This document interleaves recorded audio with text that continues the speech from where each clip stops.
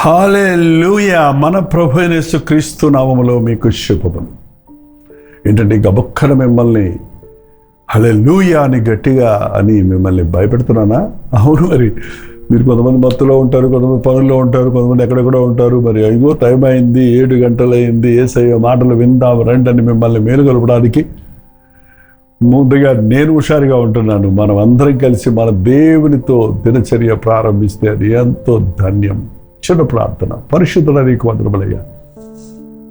నీతో గడిపే ప్రతి క్షణం ఎంతో శ్రేష్టమైనది. నీతో ప్రారంభించిన ప్రతిదీ ఎంతో దీవెనకరమైంది. నీ మాట చొప్పున నడుచుకుంటూ నీ కృప దయచేయు. క్రీస్తు నామములో అడుగుచున్నాము తండ్రి, ఆమేన్. దేవుని స్తోత్రం. ఎలా ఉన్నారు? బాగున్నారా? గత రాత్రి ప్రశాంతంగా నిద్రించారా? ఎక్కడండి నెమ్మది లేదండి, ఏదో ఒకటి మా మనసులను కలవరపరుస్తుంది అంటారా? చూడండి, దుష్టులకు నెమ్మది లేదు అని దేవుని వాక్యం చెల్లిస్తుంది. దాన్ని ఇంకా కొంచెం అర్థమైతే చెప్పాలంటే గర్విష్ఠులకు నెమ్మది ఉండదండి. అదేంటండి? అవును, ఒక గర్విష్ఠి ఎప్పుడు కూడా తన ఆలోచనలతో నిండిపోయి ఉంటాడు. తన గురించే ఆలోచించుకుంటాడు, తన మంచి గురించే ఆలోచించుకుంటాడు, తన సుఖమే ఆలోచించుకుంటాడు, తనకే అన్నీ తెలుసు అనుకుంటాడు. తన సొంత తలంపులతో తన గుండె నిండా నింపుకొని వాటిలో పడి కొట్టుబిట్టలాడుతుంటాడు. చూసారా? ఇవాళ ఎక్కువ జబ్బు ఏమైనాలంటే శరీరానికి వచ్చే జబ్బులు చాలా ఉన్నాయి. ఒకటేంటి కానీ ఆధ్యాత్మిక వ్యాధి ఏంటంటే గర్వం అండి. గర్వమా? గర్వం అంటే ఏంటండి అంటారు కొంతమంది. ఎలాగ జ్వరానికి కొన్ని సిమ్టమ్స్ ఉన్నాయో అలాగే గర్వం ఉందో లేదో అని పరీక్షించుకోవడానికి కొన్ని గుర్తులు ఉన్నాయండి. నువ్వు ప్రతిదానికి నేను నేను నేను నేను అంటున్నావంటే ఎక్కువ సార్లు నీ మాటలో, నీ రాతల్లో, నీ మాటల సారంలో నేను అనేది కనపడుతుందంటే నీకు ఈ వ్యాధి సోకినట్టే. నీ మాటల్లో నాకు తెలుసులే, నువ్వు చెప్పక్కర్లేదులే, నాకు తెలుసులే అనే ఆ పదాలు వాడుతున్నావంటే నీ గర్వంతో నువ్వు నిండిపోయావు. ఇంకేది తెలుసుకోవాలని ఆశపడటం లేదు, ఎవడు చెప్పింది వింటానికి ఆశపడటం లేదు. సరే, గర్విష్టి తలబిరిస్తారంగా మాట్లాడతాడు. గర్విష్టి ఎంత మాత్రమో స్వీకరించాలనే మనసు ఉండదు. బోధించాలి, ఇతరులకు చెప్పాలి, ఇతరుల తప్పులన్నీ ఎత్తి పెట్టాలి. ఇతరుల తప్పులు పట్టుకునేవాడు గర్వంతో నిండినోడేనండి. తన తప్పులు చూసుకొని ఇతరుల తప్పులు చూసేవాడు కరుణతో వారిని గద్దిస్తాడు. కావాలంటే జాలితో అర్థం చేసుకుంటాడు కనీసం. గర్విష్ఠులు దేవునికి ఇష్టలు కాదండి. గర్విష్ఠులు అంటే ఇంకా ఒక గ్లాసు నిండా నీళ్ళు ఉన్నాయనుకోండి, నువ్వు ఏం పోస్తావు అందులో? ఇక ఏదన్నా పోస్తే పట్టుద్దా? Already it is full, it can't take anything else. అలాగే గర్వహృదయులు వారి సొంత హేయమైన తలంపులతో, సొంత స్వార్థపూరితమైన తలంపులతో, సొంత ఊహలతో నిండిపోయి ఉంటారు. కాబట్టి ఎవరు చెప్పినా, ఏం చెప్పినా, ఎన్ని చెప్పినా వెళ్ళదు మనసులోకి. జాగ్రత్త సుమా, ఇది చాలా భయంకరమైందండి. ఎవరు చెప్పిందా వినక్కర్లేదేమో కానీ, ఎవరు చెప్పిందా తీసుకోపోయినా పర్లేదే కానీ, దేవుని మాట కనుక వినకపోతే, దేవుని మాటలన్నీ దిద్దుబాటు చేసుకోకపోతే, దేవునిని తిరస్కరిస్తే భయంకరమైన తీర్పు ఉందండి. పేతురు రాసిన మొదటి పత్రిక 5వ అధ్యాయం 5వ వచనంలో, చిన్నపిల్లలారా మీరు పెద్దలకు లోబడి ఉండండి, మీరందరూ ఎదుటివాని ఎడల దీన మనస్సును వస్త్రము ధరించుకొని మిమ్మల్ని అలంకరించుకోనండి. దేవుడు అహంకారులను ఎదిరించి దీనులకు కృప అనుగ్రహించను. దేవుడు అహంకారులను ఎదిరిస్తాడు. మరో వాక్యంలో రాయబడింది, గర్వ హృదయులందరూ యెహోవాకు హేయులు. ఆయన ఎదిరిస్తాడనుంది, ఆయనకు హేయం, అసహ్యం. గర్వస్తులంటే ఆయనకు అసహ్యం అంట. నువ్వు గర్వంతో నిండిపోయినప్పుడు నువ్వు దేవునికి వ్యతిరేకంగా బ్రతుకుతున్నావు అన్నమాట, దేవునికి అసహ్యుడిగా ఉన్నావు అన్నమాట. విరిగి నలిగిన హృదయం గల వారి యొద్ద నివసిస్తానన్నాడు. గర్వ హృదయులను, అహంకారులను నేను దూరం నుండి చూస్తున్నాను. I won't allow them to come to me. నా దగ్గర దరిదప్పటికి కూడా రాకూడదు. దేవుని దగ్గరికి వచ్చేవాడు విరిగి నలిగిన మనసుతో రావాలండి, దీన మనసుతో రావాలి.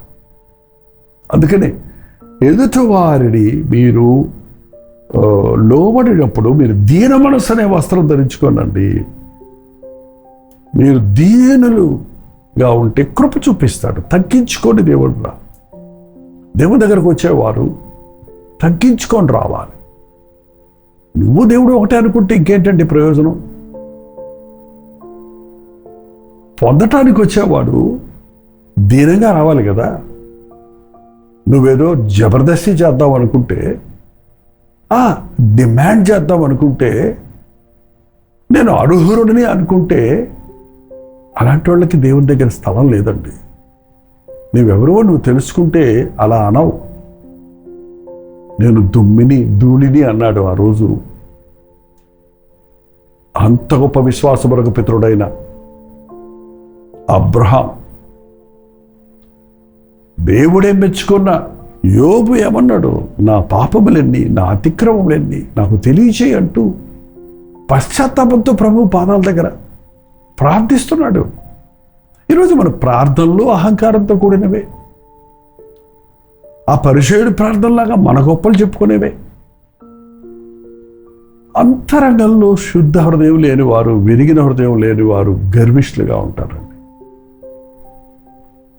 ఎవరు చెప్పినా బెండరో, లోబడరో, దిద్దుకోరు, నేర్చుకోరు, ఒక్క మెట్టు కూడా ముందుకెళ్ళరు. వాళ్ళు బండల్లాగా అయిపోతారంతే, రాతి గుండలు అయిపోతాయి.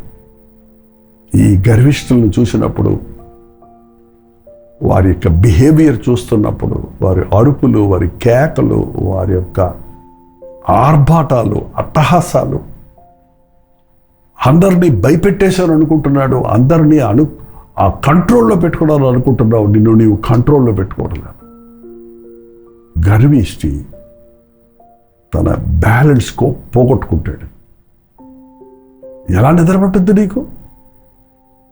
ఎలా ప్రశాంతంగా ఉండగలం? గర్వం వల్లే అసూయండి. గర్విష్టి చూడండి, ఇంకో గర్విష్టిని చూస్తే ఓర్చుకోలేడు. సాధారణంగా ఇద్దరు ఒకలాగా ఉన్నోళ్ళు ఒకటిగా ఫ్రెండ్స్ అయిపోతారు. కానీ గర్విష్టి ఫ్రెండ్ అవడు, విరోధి అయిపోతారు. ఎందుకు?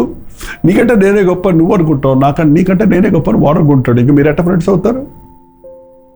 అందుకనే ఈ వైరమే వాళ్ళ. యుద్ధాలు చూడండి, దేశాలు చూడండి. ఏ దేశం గొప్ప? ఎవడు మట్టుకాడు మా దేశమే గొప్ప అంటాడు. ఏంటండి?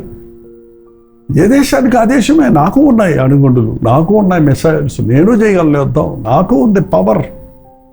ఏంటి నువ్వు చేసేది? నాశనమే కదా. నాశనం చేసుకుంటున్నారు ఒకరికొకరు. మేలు చేసేవారు ఏది?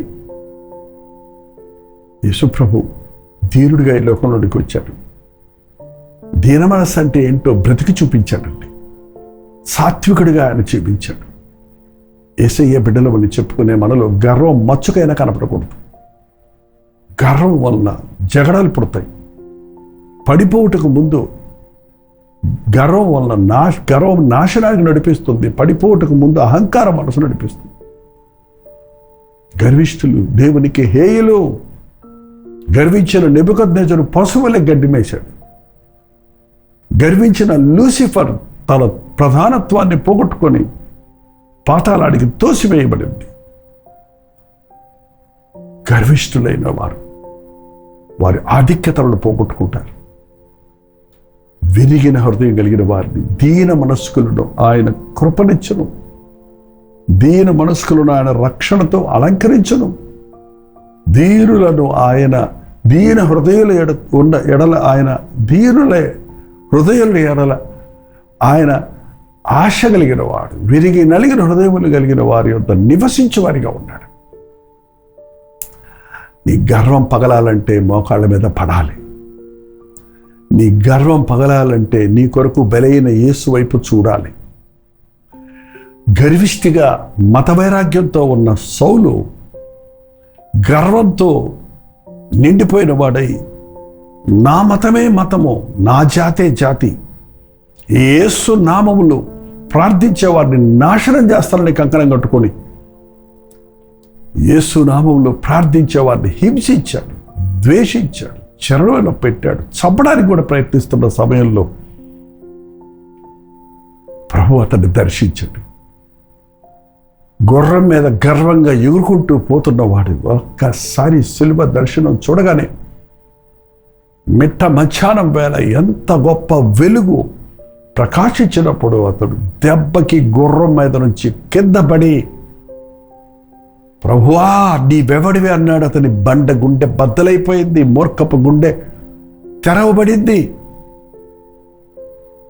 ప్రభువా నేనేం చేయవలను, నేను నిన్ను కోరుకున్నానంటే తన జీవితాంతం శ్రమలు, వేదనలు, పోరాటాలు, మనుషులు హింసించిన, నిందించిన, బాధించిన, ఎటువంటి ప్రతిఫలం దొరకకపోయినా నా స్థానంలో నా కొరకు సెలవులో మరణించిన ప్రభు కొరకు జీవిస్తానని దీనుడుగా, సాత్వికుడుగా, కొట్టబడి, తిట్టబడి, చెరలో పెట్టబడి, చివరికి హతసాక్షి అవ్వాల్సి వచ్చిన తన దీనత్వాన్ని కాపాడుకొని దేవుడిచ్చే పరలోకపు సింహాసనాన్ని సంపాదించుకున్నాడు. ఇంకా నీవు గర్విష్ఠిగా ఉన్నావా? నీ ఇంట్లో నువ్వు గర్విష్ఠిగా ఉన్నావా? భర్తగా నీవు గర్విష్ఠివా? భార్యగా నీవు గర్విష్ఠివా? అయ్యయ్యో మీ ఇంటికి శ్రమ. యవ్వనుడా, ఎదుగుతుండగా గర్వంలో కాదు, విధేయతలో ఎదుగు. భవిష్యత్తు దీవించబడుతుంది. లోబడలని హృదయం వదిలిపెట్టి విరిగినని హృదయం లోబడటకు నేర్చుకో.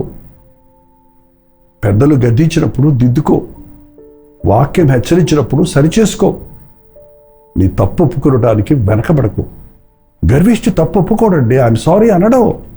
దట్ ఈస్ ద గుర్తు. మీరు అనలేని పరిస్థితుల్లో ఉన్నారంటే, అహం అడ్డొచ్చిందంటే మీ అహం ఇంకా చావలేదు.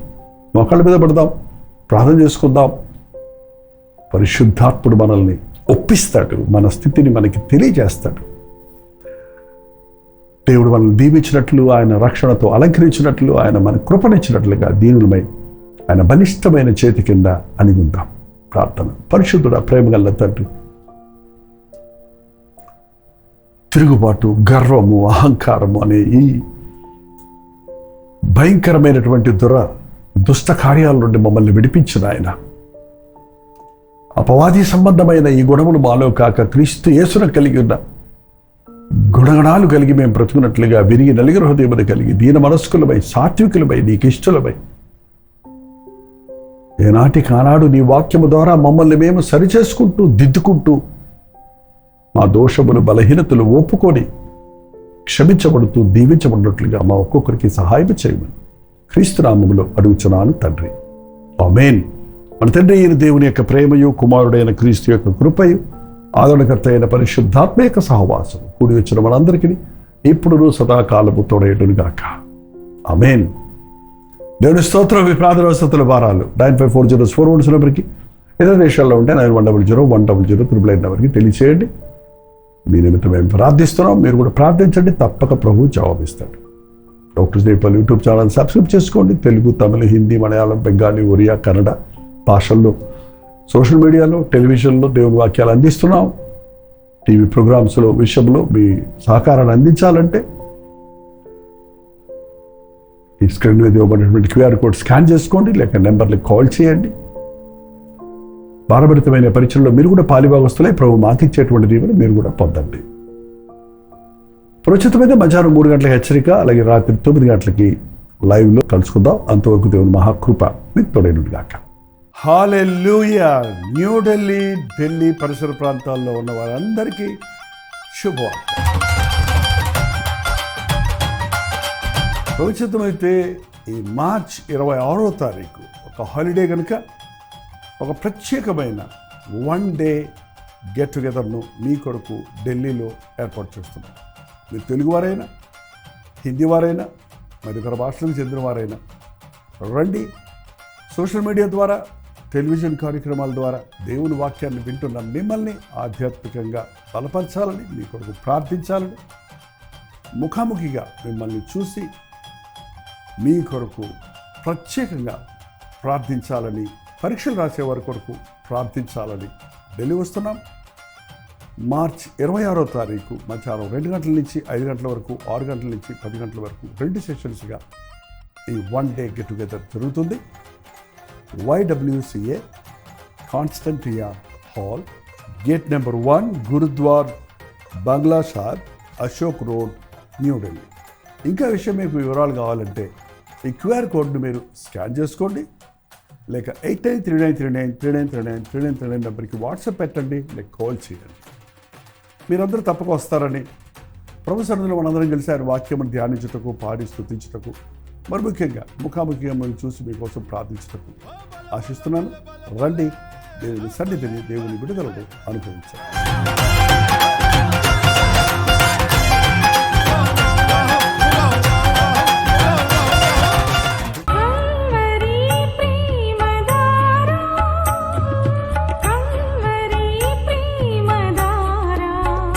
కల్వరి ప్రేమధార అనే మా ద్విమాస పత్రికను ఈ మధ్య త్రైమాస పత్రిక అంటే 3 నెలలకి ఒక్కసారి మాత్రమే ప్రింట్ చేయగలుగుతున్నాం.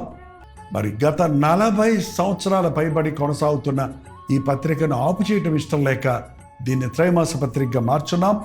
మీరు కల్వరి ప్రేమధార పత్రికను చదువుతున్నారా? ఒక ఉచిత పత్రిక కావాలంటే ఇవ్వాలే మీ పేరు, చిరునామా, అడ్రస్తో పాటు, ఇంటి నెంబర్తో పాటు క్లియర్గా పంపించండి. తప్పకుండా ఒక ఉచిత పత్రికను మీకు పంపిస్తాం.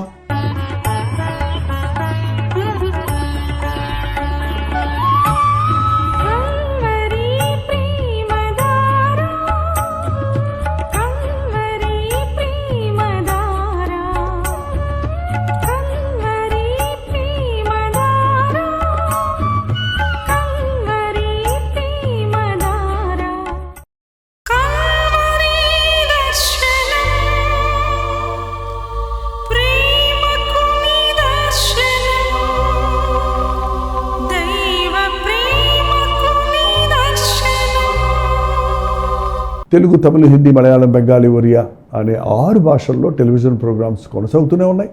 భారభరితమైన పరిచయంలో మీరు సహకరించాలని ఆశిస్తే, ప్రభు మిమ్మల్ని ప్రేరేపిస్తే మీ విరాళాలు, కానుకలు వారికి మీరు పంపించవచ్చు. అవి నేరుగా టీవీ ఛానల్స్కి వెళ్తాయి. అందులో ఏది మేము మా సొంత ఖర్చుల కొరకు ముట్టుకోవటం లేదు, వేరే పరిచయ కొరకు ముట్టుకోవటం లేదు. టెలివిజన్ పరిచయలో ఇంకా సువార్త వినని వారికి అది అందించాలని ఆశతో ఒక 20 సంవత్సరాలుగా కొనసాగుతున్న పరిచయం కొరకు ప్రార్థించండి, మీ సహకారాన్ని అందించండి.